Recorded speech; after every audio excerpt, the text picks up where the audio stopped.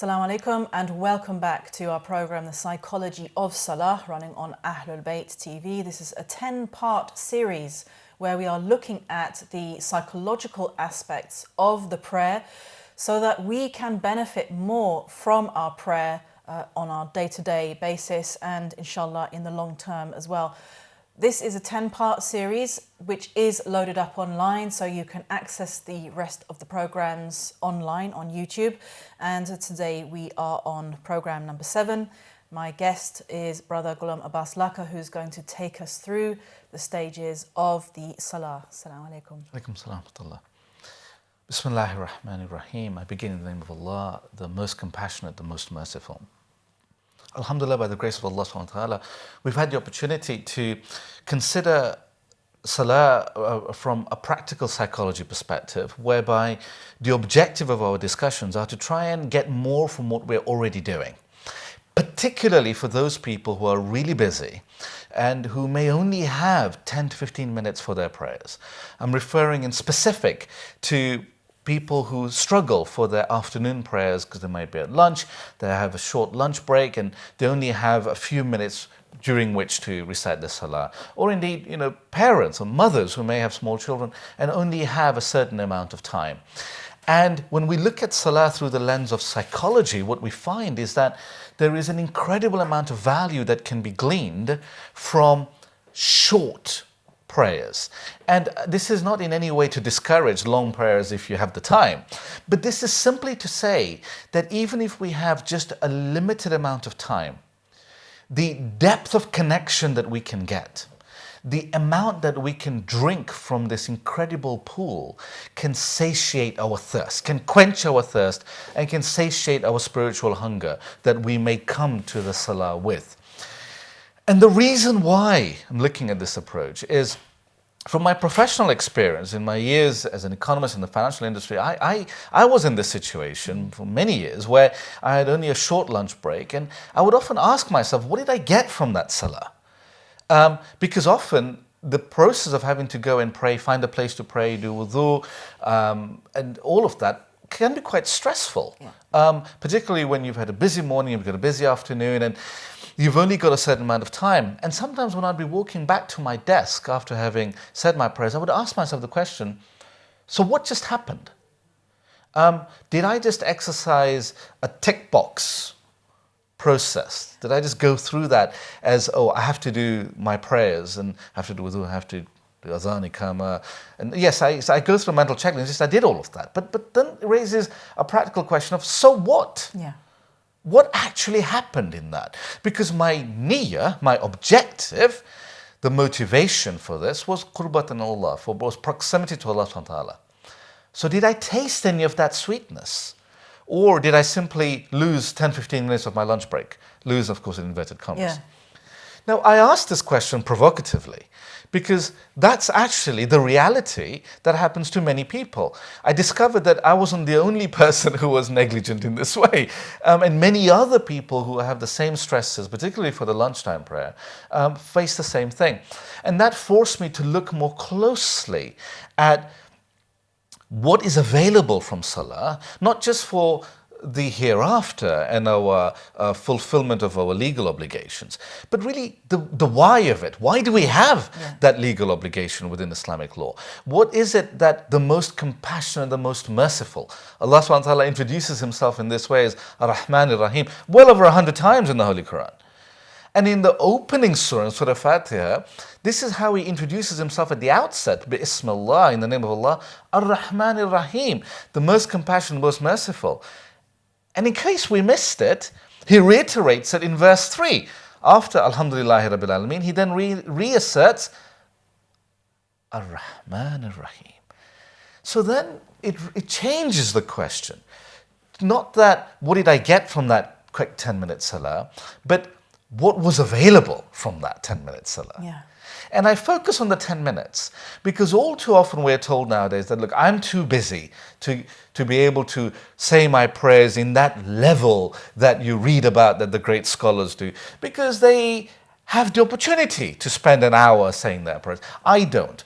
I have this pressure and I have that pressure, and so that opportunity is not for me. I can only do this quick thing and then get back, and that's the best I can do. And the point of this series is to challenge and to say, no, we can get more. We too, each of us, have a personal invitation to a divine banquet. And we can choose how much we gain from that. Because what we gain is not just a function of how much time we spend, but it's a deeper question of how much presence we have, how much mindfulness we have while we are doing it. And we remind ourselves in our previous discussions about how the great spiritual ascension of the Holy Prophet, peace upon him and his holy progeny, during Miraj, happened in a very short period of earthly time. We're told that the chain on his door was still moving when he returned. Yet, we believe, the inner shaitan, that miraj of the believer that we're told Salah represents is not available for us. And I want to really challenge this misconception. And the way we can challenge it, one of the ways, is to look at the psychology that is available within Salah. Right from the beginning, in terms of our wudu and how the process of ablution, the water itself is a process of connecting. Just as the drop may fall from our face into the pool of the water, we too can dissolve into the pool of that unity of Tawheed just through wudu and establish that connection already. Through the process of qibla, of orientating to ourselves towards that direction that all Muslims pray towards, and of course across time as well. There's an intertemporal dimension where all the saints orientated themselves towards that point. So that even if my salah is only a few minutes, I am tapping into the timeless. And so I have the opportunity to connect with the one who is beyond time and beyond space.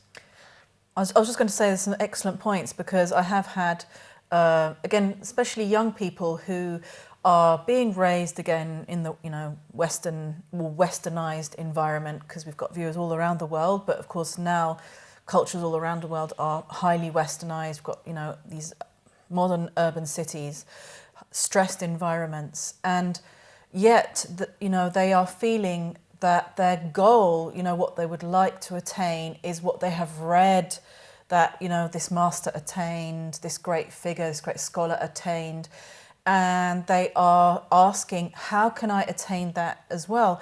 And sometimes when you read kind of the medieval itineraries written by these masters on how to purify the soul and so on, you sometimes think, it's occurred to me, well, they were in a different environment. They, and they were in an environment that supported this whole journey of the soul. And maybe they had the time. No one was going to object if they took 30 minutes for their prayer.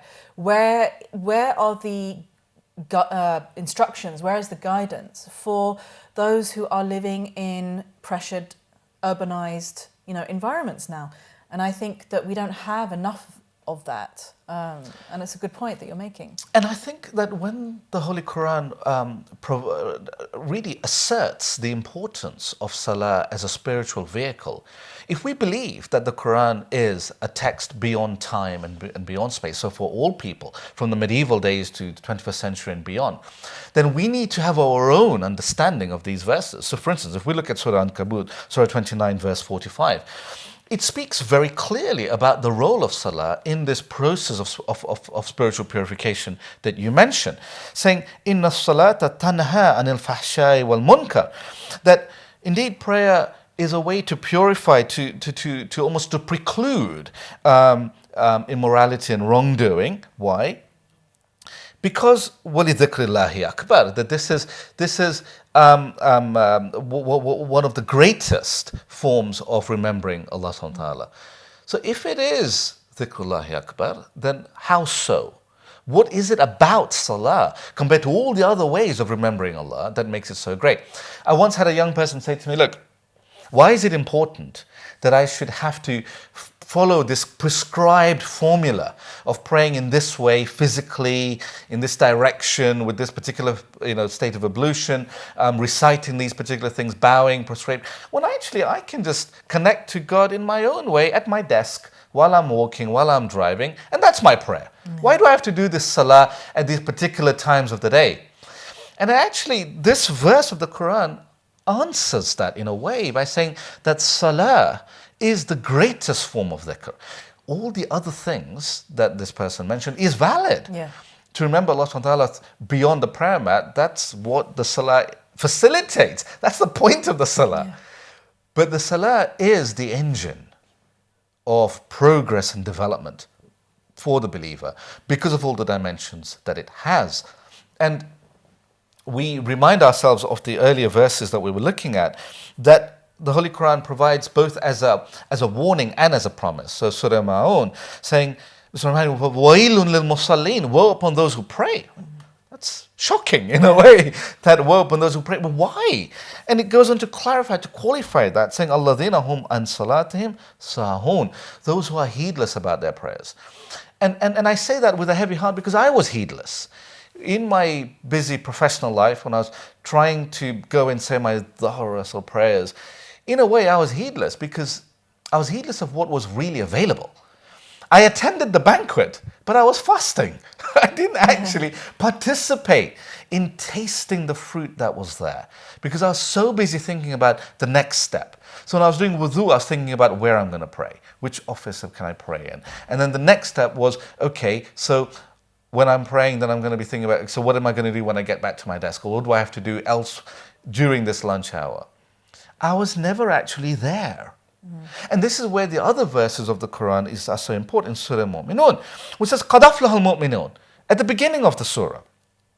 Surely the believers have been successful. But how? In what way? And he qualifies that saying, الَّذِينَ هُمْ فِي صَلَاتِهِمْ خَاشِعُونَ, those who are mindful about their prayers. And it reiterates this in verse 9 with the word يُحَافِظُونَ, about protecting and guarding our prayer. This is something sacred. So, in our previous discussions, we looked at how we can maintain this mindfulness all the way from wudu to qibla, from adhan, ikama, the point about reciting that and the angels coming to pray with us. And as we are mindful that we're leading the angels in prayer, it changes the way we ourselves pray. And through takbirat al-ihram and the qiyam that we were talking about last time and the recitations therein, we now reach the stage of Qunut and ruku. So after the second rakah, we often raise our hands in Qunut. And here, just like the second surah of each rakah, the first two rakahs of each prayer, we have the opportunity to recite whatever we want within, but particularly, I mean, whichever surahs we would like as the second surah. And in Qunut, equally, we have this freedom of reciting verses from the Quran, principally, as a special prayer that speaks to where we are at that point in time. Remember, one of the points about the psychology of Salah is that it addresses our changing psychological needs throughout the day. We're not allowed to say all the 5 prayers in one go in the morning and be done with it. Then I'm done for the day. Then I can tick that box off my list of things to do for the day. No. The rules prescribe that the prayers have to be spread out during the day, just as we may need to breathe at regular intervals. We don't just take all our breaths in one day for the whole day in the morning, and then we just get on with the day. No, breathing is a part of being alive. And for the spiritual life requires the breath of Salah. Salah becomes the breath of the soul to breathe and to resuscitate itself, to rejuvenate itself, indeed, to renew itself. So that when I go back to my desk after having said my prayers, I should be renewed and rejuvenated rather than stressed about what a busy lunch break I've just had, what a productive lunch break I've just had. And I use the word productive deliberately because we regard it as a good thing. That I had such a productive lunch break, I said my prayers, I did the dry cleaning, I got some lunch, etc. But actually, Salah is not about being productive. Salah is not about what I have done or what I have achieved in that. It is not about me. I am insignificant in that. Salah is a gift. But because it's a gift, it frees me from having to do and having to achieve. We can put that doing mode of being behind us when we recite the takbirat al-ihram. then we're in that process of connecting. And kunut is such an opportunity. When we raise our hands, the kunut that we recite at Dhuhr can be very different to what we recited at Fajr, because we're in a different state. It is an opportunity for us to connect with the reality of that moment, the pressures that we may be facing at that time of the day. And this is why it is useful to have a repertoire of different kunuts that we can recite. From the very short, so in particular, Imam Jafar Sadiq alayhi salam, salawatullahi alayhi, taught a specific kunut that we are told is for the people of the final days, whose lives will be particularly pressurized. And it is a simple one-verse kunut. It says, Ya Allahu, Ya Rahmanu, Ya Rahim. Oh, my Lord, the most compassionate, the most merciful. Ya Allahu, Ya Rahmanu, Ya Rahim, Ya Muqallib al-Qulub, Thabbit qalbi ala dinik. Oh, the one who protects the hearts, who guides the hearts. Guide my heart, protect my heart to be steadfast upon your path. Now, if we're really rushed, this is a very short kunut to recite. Yeah. Shorter than our usual kunut of Rabbana atina fid dunya hasana. Oh Allah, give me good in this world. Wa fil akhirati hasana. And good in the hereafter. Wa qina adhaban nar. And free me from the tribulations of hell, which we can sometimes create in this world. We can create a hell in this world for ourselves and for others. But the point about kunut is multifold. Firstly, it's about that personal connection. In Surah Maryam, when we talk about, when we read what the Quranic verses discuss about the opening of Zachariah's heart to his Lord, we have the verse إِذْ نَادَ رَبَّهُ نِدَاءً خَفِيًّا, that in verse 3, that this was a nida, which is like a whispered communication between the beloved and the beloved. And they had this nida khafiyya, this intimate communication about what was really burdening him. Kunut represents that for us. It is that nida for us within Salah. So we can recite any number of different kunuts. For example, at the end of Surah Baqarah, the second surah, the longest surah of the Holy Quran, towards the end there are many beautiful verses, short verses, some more longer verses that have different types of kunut. And the psychology of each of them is really quite powerful, because one of the points of modern psychology is the way it interacts with mental health through psychotherapy. And when we look at some of the tools of psychotherapy, one of the most important and widely used is cognitive behavior therapy. And one of the key parts of cognitive behavior therapy is what we would call tafakkur and tadabbur, which would be self-reflections and self-analysis, and a more wider contemplation. But the point of self-analysis, of self-reflection, of becoming aware of our thinking, what we are feeling right now, is really important for psychotherapy. But it's also really important for a good kunut, for an effective kunut. And what do I mean by a good, effective kunut? I mean a kunut in which we are there. Not where we are elsewhere, thinking about what we were doing in the morning, the problem we were dealing with in the morning, or the meeting I have after lunch that I need to prepare for. But a kunut where it is that nida'an khafiyya, like Zachariah had, whereby it is an opening, present conversation between us and our Lord. But conversation means there's feedback. So where is the feedback in kunut? Well, we go back to Surah Maryam, where Zachariah says, وَلَمْ أَكُنْ بِدُعَائِكَ رَبِّ شَقِيًّا, that never has it been that my calling to you, that my supplicating to you, my invocation to you has been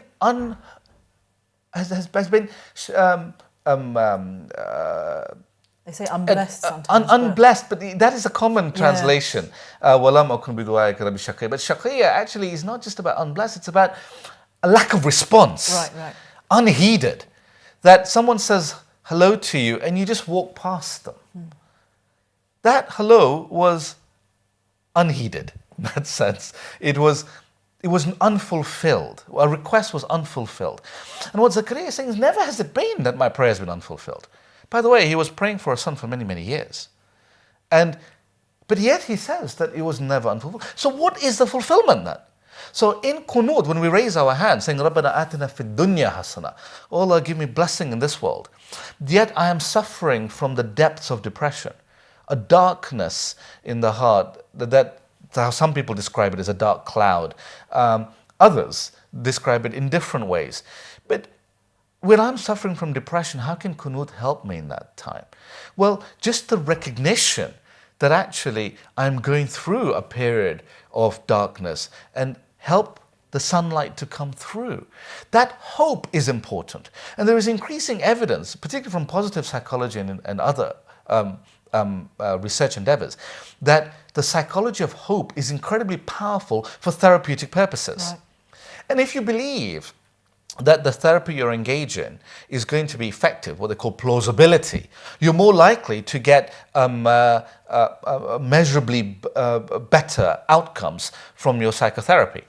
Salah can be a process of therapy for us, particularly Qunut. One of the reasons why I want to focus on Qunut is that flexibility that we get to recite whatever we want allows us, within reason, particularly we're taught to select from the du'as within the verses of the Holy Quran. But those verses span a range of issues: emotional worries, financial worries, social worries, health worries, so that we're able to bring out our anxieties into the open, so that they no longer remain hidden in the shadows, affecting our well-being, but we can bring them out into the light and raise them in Qunut so that they can be openly acknowledged. I read as well regarding Qunut, apart from that, obviously in other schools of thought it has faded out, and I remember reading a book by someone who was writing about Islam from one of the Sunni madhabs, and he was expressing regret that Qunut has more or less died out in the Salah, in those schools of thought, apart from Fajr, and not everybody does it for Fajr. So that again is a blessing that it has been retained, in this the way of the Ahlulbayt alayhim salam. And I was also reading about Qunut that it is about having that attitude of vulnerability, reaching out to Allah, and expressing your distress. So it's a place where you can express all that, your feeling of vulnerability as a human being before Allah. That's one point that I read about it. Absolutely. And I think it's important to recognize that there is strength in doing so. Often we find that we're deemed to be weak when we are acknowledging our weaknesses. But actually there is a strength in that recognition of the weakness that we have. And it's only in recognizing the problem do we stand a chance of being able to address it. And if you look at if you regard Salah like a beautiful sentence, if you look at the syntax of that sentence, the ordering of the words, the point that the Qunut comes before ruku is quite beautiful, because having raised your hands in this personal prayer, so you can really personalize it and make it flexible, so that the Qunut in Isha, the fifth Salah of the day, can be very different to the Qunut of Dhuhr in the middle of the day, or Fajr. So we can have that dynamism and keep that Salah fresh. But then from there we go into ruku. And ruku really represents so many things. Here now we bring our physicality into being. If we look at mindfulness-based therapies for mental health, one of the techniques I have there is mindfulness of the body, and actually becoming embodied in the body, rather than just living in our mind, right. Disembodied in a sense, where our body just becomes a thing that we use, rather than actually feeling what we are feeling our feet on the ground, feeling the shape and the experience of being an embodied soul, rather than just a spirit that happens to be trapped in the body, but the body actually becoming a vehicle for our spiritual fulfillment. Ruku represents that, and in various texts, for example, Asrar al-Ibadat wal Haqiqa as-Salah, a book about the realities of Salah. Qadi Sayyid Qummi in this text talks about how Salah is really not just the middle point of a rak'ah, but is really the merging of the responsibility of the individual to his Lord and the submission to his Lord.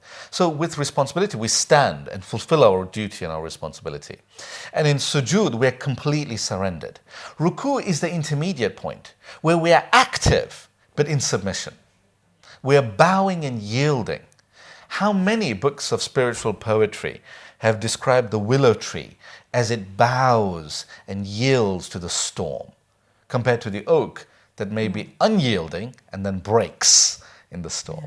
That flexibility, so that when we go into ruku, having prayed for something, we then yield to the reality that this is what we are facing now.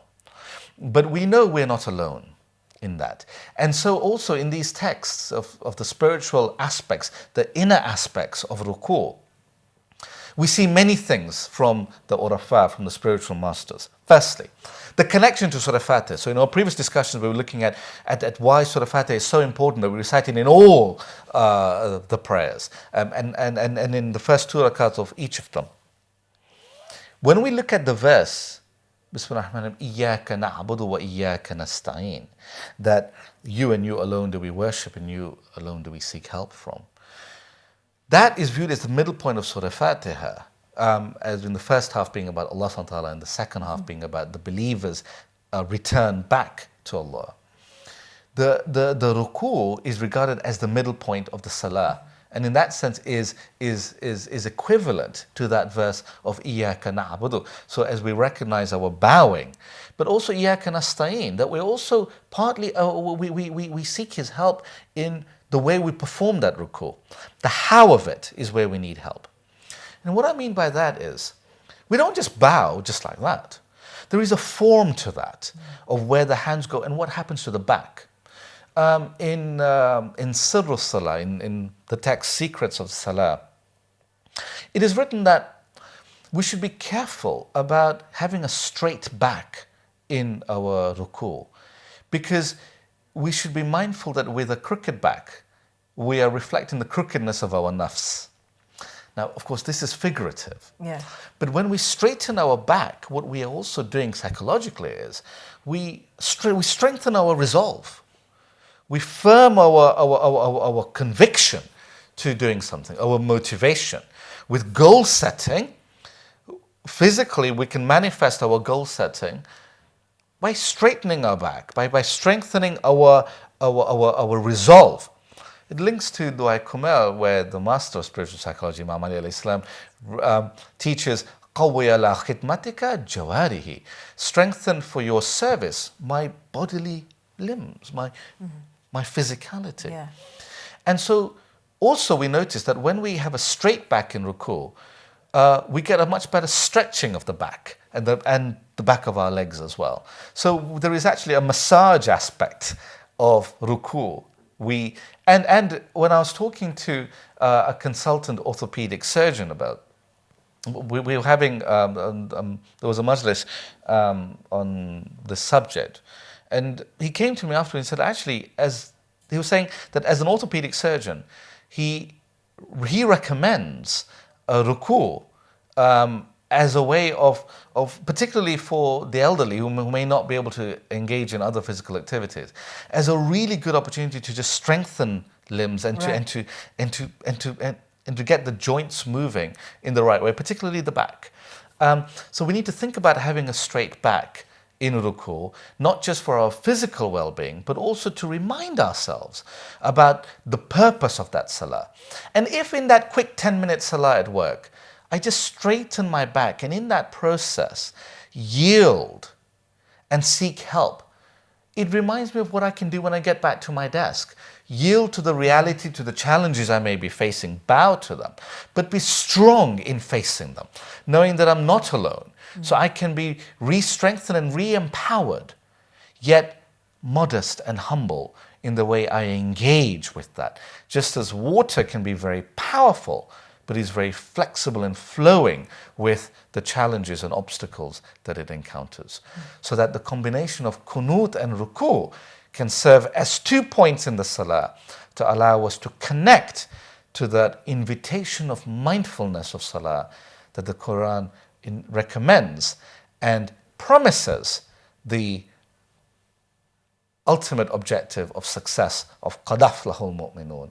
We too can be successful among the believers, successful in this world and in the hereafter, by engaging with the psychology of the ruku' and kunud to empower ourselves and to fulfill our original niyyah of qurbatan ilallah. Thank you very much. And thank you very much for watching this program as well. Hope it was beneficial for you and many points to reflect upon, especially with the issue of practicality, how we can improve our salah, how we can be present in our salah within the environment that we are living. We are living in a world that is increasingly urbanized and stressed and rushed, and how can we actually maintain that presence of mind and awareness within our salah. Do keep watching. This, again, to remind our viewers, is a 10-part series, and we have another 3 parts to this series, inshallah. So tune in to the next one. We will see you in the next program. Assalamu alaikum.